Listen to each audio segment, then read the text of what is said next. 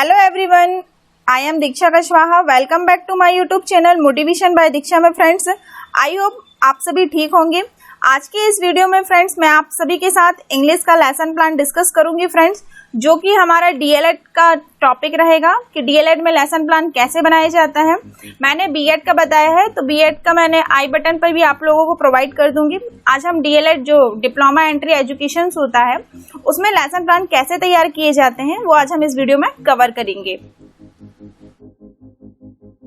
अगर हमें किसी भी सब्जेक्ट में लेसन प्लान स्टार्ट करना होता है तो सबसे पहले फ्रेंड्स उसमें क्या होते हैं, कुछ जनरल इन्फॉर्मेशन होती हैं जो हमें जनरल इन्फॉर्मेशन क्या करनी पड़ती है, फिल करनी पड़ती है। तो सबसे पहले हम ऊपर क्या लिखेंगे, लेसन प्लान, यानी कि हमारा जो पाठ योजना है, फर्स्ट है या सेकेंड है, आप ऊपर डाल सकते हैं, इंक्लूड कर सकते हैं। फर्स्ट में आप लिखेंगे नेम ऑफ स्कूल, आपने किस स्कूल में टीचिंग की है, आप अपने स्कूल का नाम लिखिए। सेकेंड में आपका आएगा डेट, आप डेट मेंशन करिए। थर्ड में आएगा आपका सब्जेक्ट, तो जैसे कि हम कौन सा सब्जेक्ट का भी लेसन प्लान समझ रहे हैं फ्रेंड्स, इंग्लिश का, तो इंग्लिश का लेसन प्लान लिख लीजिए कि आपका जो सब्जेक्ट रहेगा वो रहेगा इंग्लिश का। यदि आप मैथमेटिक्स का यूज कर रहे हैं या सोशल साइंस का तो आप उसमें मेंशन कर सकते हैं। फिर आपका आएगा पीरियड, आप किस पीरियड में बच्चों को पढ़ाने जा रहे हैं, आपका पहला पीरियड है, सेकेंड है या थर्ड है, तो आप उसमें इस तरीके से इसमें इंक्लूड कर सकते हैं। फिर आपका आएगा क्लास, तो क्लास आपने कौन सी ली है, 6th ली है, 7th ली है या 8th ली है, तो आप उसमें आप क्लास मेंशन करिए कि आप किस क्लास में जाकर बच्चों को समझा रहे हैं। फिर आता है आपका टाइम, आपका जो पढ़ाने का जो टाइम रहता है वो कितना टाइम है, 45 मिनट्स या 35 मिनट्स, वो आप मेंशन कर सकते हैं फ्रेंड्स। फिर आप लिखिए टॉपिक, तो आपका टॉपिक क्या है, प्रकरण यानी कि टॉपिक कहलाता है। तो आज हम क्या पढ़ रहे हैं, हमारा जो क्या टॉपिक है उसको आप इंक्लूड करिए। तो जैसे कि इसका टॉपिक है हमारा द रैम्बो, तो इस तरीके से ये हमारी कुछ क्या हो गई, जनरल इन्फॉर्मेशन हो गई। अब हम देखेंगे कुछ जनरल एम्स होते हैं जिसे हम क्या कहते हैं, समान उद्देश्य कहते हैं। तो जनरल एम्स आपके कम से कम कितने होने चाहिए फ्रेंड्स, 4 या 5 होने चाहिए। तो जनरल एम्स क्या होते हैं, जिसमें क्या होता है कि हम बच्चों को जो भी हमारा टॉपिक है उनके बारे में इंटरेस्ट बताना कि बच्चे उस चीज में इंटरेस्टेड है या नहीं है, उनको व्याख्या के माध्यम से, लेक्चर के माध्यम से एक्सप्लेन करना, उनको पूर्व कथन योग बनाना। जो भी आपका टॉपिक है कि आप उसमें इंक्लूड कर सकते हैं कि छात्रों आज हम जो भी हमारा रैम्बो वाला जो टॉपिक है उसके बारे में उनको पहले से नॉलेज है या नहीं है। फिर हम देखेंगे कि उनको चार्ट मॉडल्स के माध्यम से हम उसको एक्सप्लेन कर रहे हैं, तो वो सारी चीजें आप इसमें इंक्लूड कर सकते हैं। छात्रों को रचनात्मक प्रवृत्ति से जोड़ना, जो भी क्रिएटिविटी है, आप कुछ जो भी मॉडल्स लेकर जा रहे हैं तो उनके माध्यम से आप उनको समझा सकते हैं। तो आपके कितने हो गए जनरल नेम्स, कितने होने चाहिए फ्रेंड्स, कम से कम 4 या 5 होने चाहिए। अब आपका आता है स्पेशल एम्स, यानी कि जिसे हम कहते हैं विशिष्ट उद्देश्य। जो आपका विशिष्ट उद्देश्य रहेगा वो कितना रहेगा, एक ही रहेगा। जो आपका टॉपिक है आप उसको लिखिए कि छात्रों आज हम रैम्बो के बारे में अध्ययन करेंगे। तो ये हो गया आपका विशिष्ट उद्देश्य। तो विशिष्ट उद्देश्य कितना हो गया, 1 हो गया। फिर आप क्या लिखेंगे, मटेरियल्स, जो कि आपकी शिक्षण सहायक सामग्री है। तो शिक्षण सहायक सामग्री में आपकी क्या आ गई, चार्ट, पोस्टर, ये हो गई। और आवश्यक सामग्री आपकी अलग होती है जो ऑलरेडी क्लास में पहले से अवेलेबल होती है, जैसे श्यामपट्ट, चौक, डस्टर। फिर हम देखेंगे पूर्व ज्ञान। पूर्व ज्ञान यानी कि क्या हो जाएगा कि हम देखेंगे कि बच्चों को पहले से उस चीज के बारे में नॉलेज है या नहीं। डायरेक्ट हम टॉपिक स्टार्ट नहीं करेंगे फ्रेंड्स, पहले हम लिखेंगे पूर्व ज्ञान कि बच्चों आज हम इस टॉपिक के बारे में अध्ययन करेंगे, तो उनको नॉर्मल सा बेसिक सा पूर्व ज्ञान है या नहीं है। फिर आपका आएगा इंट्रोडक्शन क्वेश्चन, तो आप इंट्रोडक्शन क्वेश्चन आप कितने निकाल सकते हैं फ्रेंड्स, 4 निकालिए, जिसमें कि आप क्या करेंगे, 3 क्वेश्चन बच्चों से पूछेंगे, जो 3 क्वेश्चन के आंसर जिससे बच्चों से बन जाएंगे। और जो एक क्वेश्चन रहेगा आपका 4th रहेगा वो कैसा रहेगा, समस्यात्मक रहेगा। तो आप इंट्रोडक्शन क्वेश्चन में क्या लिखेंगे, सबसे पहले सीरियल नंबर, क्वेश्चंस, आंसर, यानी कि इसमें आप कॉलम बना सकते हैं। तो पहले में आ जाएगा आपका छात्र अध्यापक की क्रियाएं, सेकंड होगा आपका छात्र की क्रियाएं। टीचर बच्चों से क्या करेगा, क्वेश्चन करेगा और बच्चे क्या करेंगे, उस चीज का आंसर देंगे। और आपका जो 4th क्वेश्चन रहेगा वो कैसा रहेगा, समस्यात्मक रहेगा। अब आप देखिए आपका उद्देश्य कथन, तो आपका उद्देश्य क्या है, आपका जो एम्स रहेगा वो क्या रहेगा कि बच्चों आज हम रैम्बो के बारे में अध्ययन करेंगे। आप उनको बताएंगे कि आज हम इस चीज के बारे में, इस टॉपिक के बारे में स्टडी करेंगे। फिर आप देखिए टीचिंग मेथड, आप कौन कौन सी टीचिंग मेथड का यूज़ कर रहे हैं बच्चों को पढ़ाने के लिए, प्रश्नोत्तर विधि, व्याख्यान विधि, लेक्चर विधि, तो वो आप पर डिपेंड करती है कि आप बच्चों को समझाने के लिए कौन कौन सी मेथड का यूज़ कर रहे हैं। अब आपका आता है फ्रेंड्स प्रेजेंटेशन। प्रेजेंटेशन यानी कि हो जाएगा आपका प्रस्तुतिकरण। तो प्रस्तुतिकरण में आप क्या करेंगे, जैसे कि मैंने आपको बीएड में बताया था कि बीएड में आपकी जो प्रस्तुतिकरण रहती है उसमें हम दो अन्विति में डिवाइड नहीं करते हैं, लेकिन जब हम डीएलएड का लेसन प्लान बनाते हैं तो उसको 2 पार्ट में डिवाइड करते हैं। क्यों? क्योंकि हम छोटे बच्चों को पढ़ाते हैं, तो छोटे बच्चों को हम लगातार नहीं पढ़ा सकते, इसलिए हम 2 टुकड़ों में उन्हें डिवाइड कर देते हैं। तो क्योंकि ये जो हमारा लेसन प्लान है वो हमारे डीएलएड के बच्चों के लिए है, तो इसमें आप देख सकते हैं कि जो हमारा प्रस्तुतिकरण रहेगा तो आप उसको 2 पार्ट में डिवाइड करिएगा। सबसे पहले आप लिखिए फर्स्ट अन्विति यानी कि फर्स्ट यूनिट। उसके बाद आप 4 कॉलम बनाइए। कौन कौन से? टीचिंग पॉइंट्स, यानी कि जो आपका टीचिंग पॉइंट्स में क्या आ जाएगा, शिक्षण बिंदु। आपका जो टॉपिक है वो आप इसमें इंक्लूड करिए फ्रेंड्स। फिर आपका सेकंड टॉपिक में क्या आ जाएगा, प्यूपल्स टीचिंग एलिमेंट्स, यानी कि हो जाएगा छात्र अध्यापिका की क्रियाएं।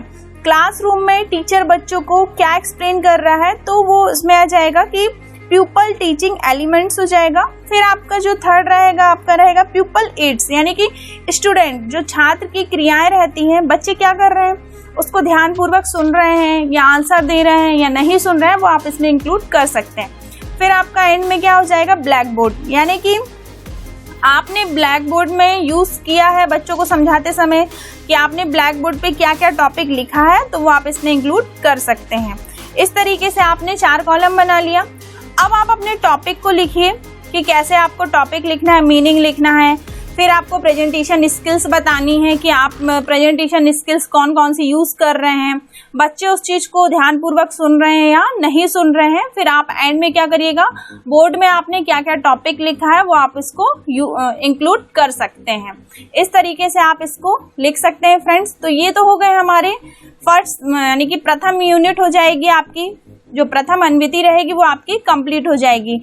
आप इस तरीके से एक्सप्लेन कर दीजिएगा क्या क्या साइलेंट, फिर बच्चे क्या करेंगे, उसे साइलेंट रीडिंग करेंगे। तो आप बताइए कि बच्चे उस तरीकों को ध्यानपूर्वक आपकी बातों को सुन रहे हैं या नहीं सुन रहे हैं। कुछ डिफिकल्ट वर्ड बताइए और बच्चों से क्वेश्चन करिए, तो ये आपका कंप्लीट हो जाता है। फिर मीनिंग एंड सेंटेंस बताइए, तो ये आपकी क्या हो जाएंगी, प्रथम अन्विति। प्रथम अन्विति में आप इतनी चीज़ों को आप इनको इंक्लूड कर सकते हैं। आप क्या करेंगे छात्र अध्यापिका की क्रिया में कि आप उन पूरे टॉपिक को एक्सप्लेन करेंगे। फिर आप लिखेंगे यहाँ पे कि बच्चे उस चीज़ को ध्यानपूर्वक सुन रहे हैं नहीं सुन रहे हैं, वो आप इस चीज़ को इंक्लूड कर सकते हैं फ्रेंड्स। और आपने बोर्ड का यूज़ किया है या नहीं किया है। इतना करने के बाद आप क्या करेंगे फ्रेंड्स, जितना आपने टॉपिक समझाया उसके बाद आप क्या करेंगे, क्वेश्चन निकालेंगे, बोथ क्वेश्चन निकालेंगे।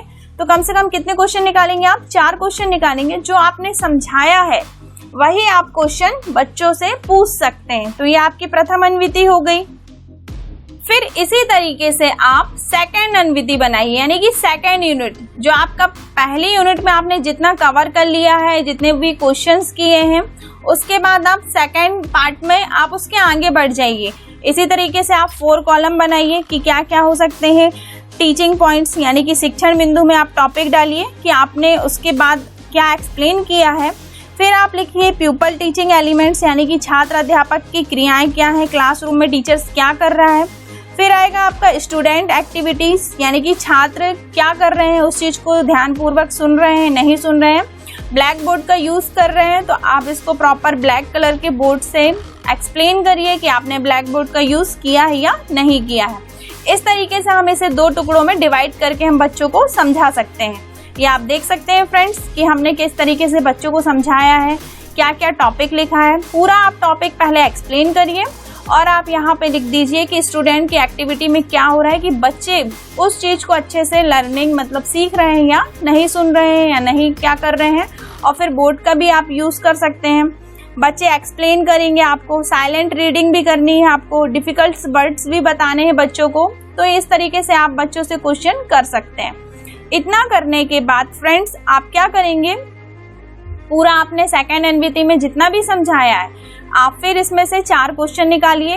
4 क्वेश्चन निकालने के बाद आप बच्चों से क्वेश्चन करिए कि बच्चों आपसे ये क्वेश्चन बन रहे हैं या नहीं बन रहे हैं, और नहीं बन रहे हैं तो आप उनको एक्सप्लेन करके समझा भी सकते हैं। तो इस तरीके से क्या हो गया फ्रेंड्स, ये जो हमारा लेसन प्लान है वो 2 टुकड़ों में डिवाइड हो चुका है कि 2 अन्विति में हमने इनको समझाया है, और उसके बाद हमने 1 अन्विति कंप्लीट होने के बाद हमने क्या किया है, बच्चों से क्वेश्चन किया है। तो इससे क्या हो जाएगा, आपका रिवीजन हो जाएगा बच्चों को। फिर हम क्या करेंगे, क्वेश्चन निकालने के बाद हमने क्या किया कि पुनरावलोकन किया। पुनरावलोकन करने के बाद हमने क्या किया कि बच्चों को कितने क्वेश्चन देंगे, 4 क्वेश्चन देंगे। तो बच्चों से यदि नहीं बनते हैं तो आप उनसे उनका आंसर भी बता सकते हैं। फिर आपका आ जाएगा क्लास वर्क। क्लास वर्क यानी कि हो जाएगा कक्षा कार्य। कक्षा कार्य में क्या हो जाएगा कि आप बच्चों को होमवर्क दीजिए कक्षा कार्य में कि कौन कौन से आप सत्यासत्य भी बता सकते हैं, सही जोड़ी बता सकते हैं, एक शब्द में उत्तर भी पूछ सकते हैं बच्चों से, या फिलिंग इन द ब्लैंक्स भी पूछ सकते हैं। तो ये किस में इंक्लूड हो गए, आपके कक्षा कार्य में हो गए। फिर फ्रेंड्स आपका आ जाएगा होमवर्क आ जाएगा। तो कम से कम आप बच्चों को जितना भी आप प्रथम अन्विति यानी कि first unit and second unit में आपने बच्चों को जितना भी एक्सप्लेन किया है, उतना एक्सप्लेन करने के बाद आप बच्चों को क्या करिए, गृह कार्य दीजिए, होमवर्क दीजिए, कम से कम 2 क्वेश्चन दीजिएगा। तो बच्चे क्या करेंगे, उस चीज को होमवर्क करके लेकर आएंगे, और एंड में आप क्या करिएगा, सिग्नेचर यानी कि पर्यवेक्षक के हस्ताक्षर, जिस टीचर ने आपको लेसन प्लान समझाया है उनके हस्ताक्षर होंगे और आपके साइन होंगे। इस तरीके से आप अपना लेसन प्लान फ्रेंड्स तैयार कर सकते हैं। तो फ्रेंड्स आज की वीडियो में इतना ही है, फिर मिलेंगे हम नेक्स्ट वीडियो पे बहुत जल्द। तब तक के लिए आप हम मोटिवेशन बाय दीक्षा पर लाइक करिए, सब्सक्राइब करना ना भूलिएगा फ्रेंड्स। तो friends thanks for watching, like and subscribe this video. Thank you friends.